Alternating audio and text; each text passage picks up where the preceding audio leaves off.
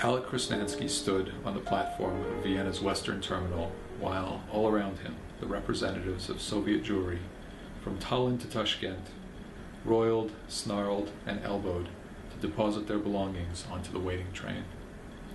His own family roiled among them: his parents, his wife, his nephews, his sister-in-law, and particularly his brother Karl, worked furiously with the suitcases and duffel bags.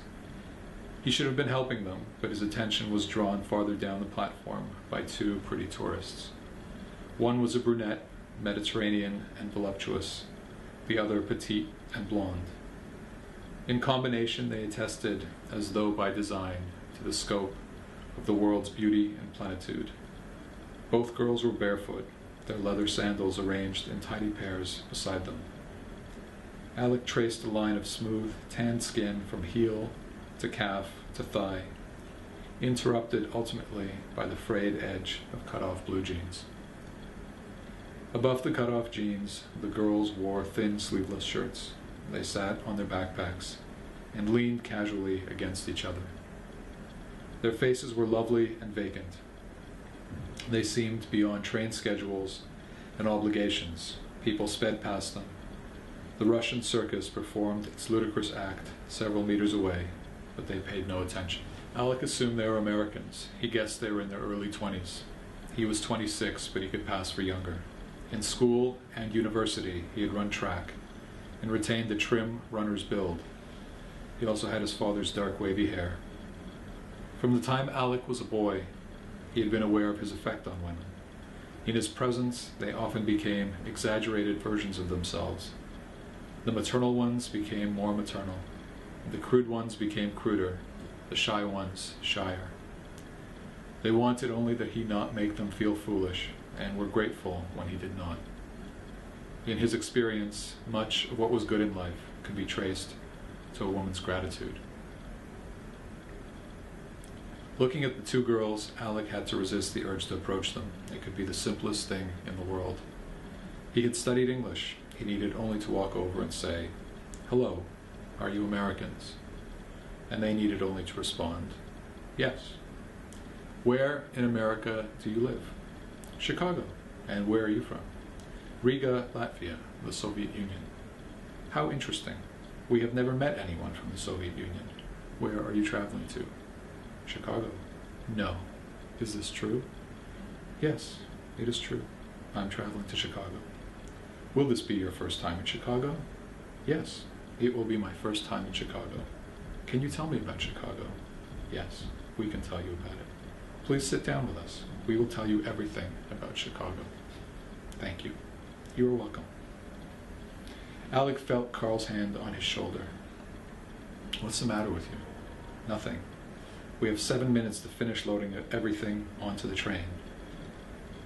He followed Karl back to where their parents were arranging the suitcases, so that Karl and Alec could continue forcing them through the window of the compartment.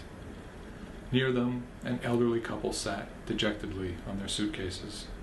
Others worked around them, avoiding not only helping them, but also looking them in the face. Old people sitting piteously on luggage had become a familiar spectacle. "I see them," Karl said. "Move your ass, and if there's time, we'll help them." Alec bent into the remaining pile of suitcases and duffel bags on the platform. Each seemed heavier than the last.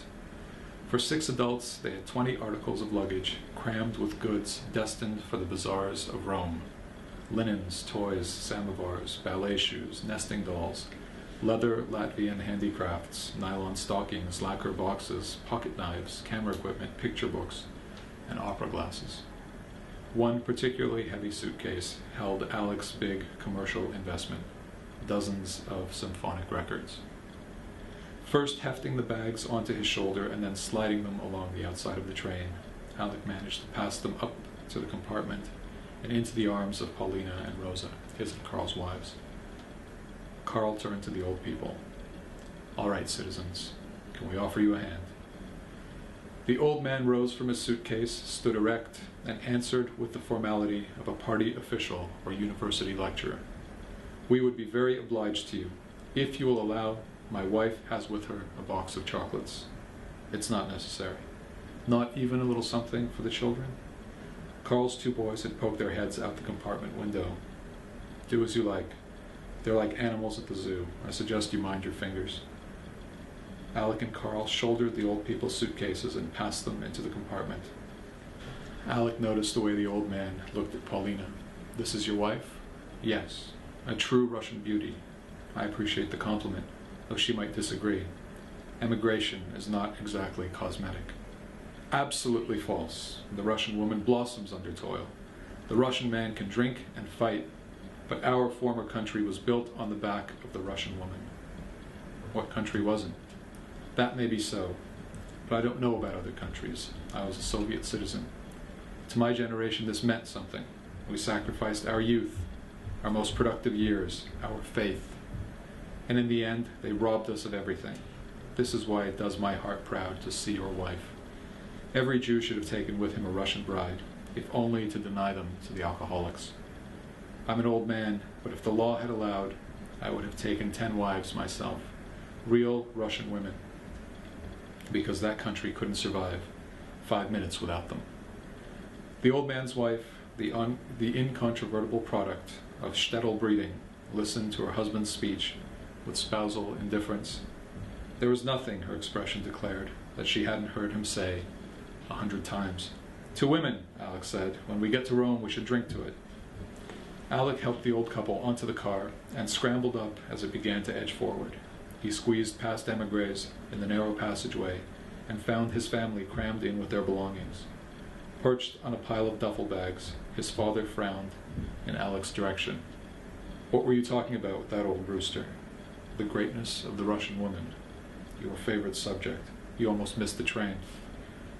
Samuel Krasnansky turned his head and considered their circumstances. The compartments are half the size. This was true, Alec thought. Say what you want about the Soviet Union, but the sleeping compartments were bigger.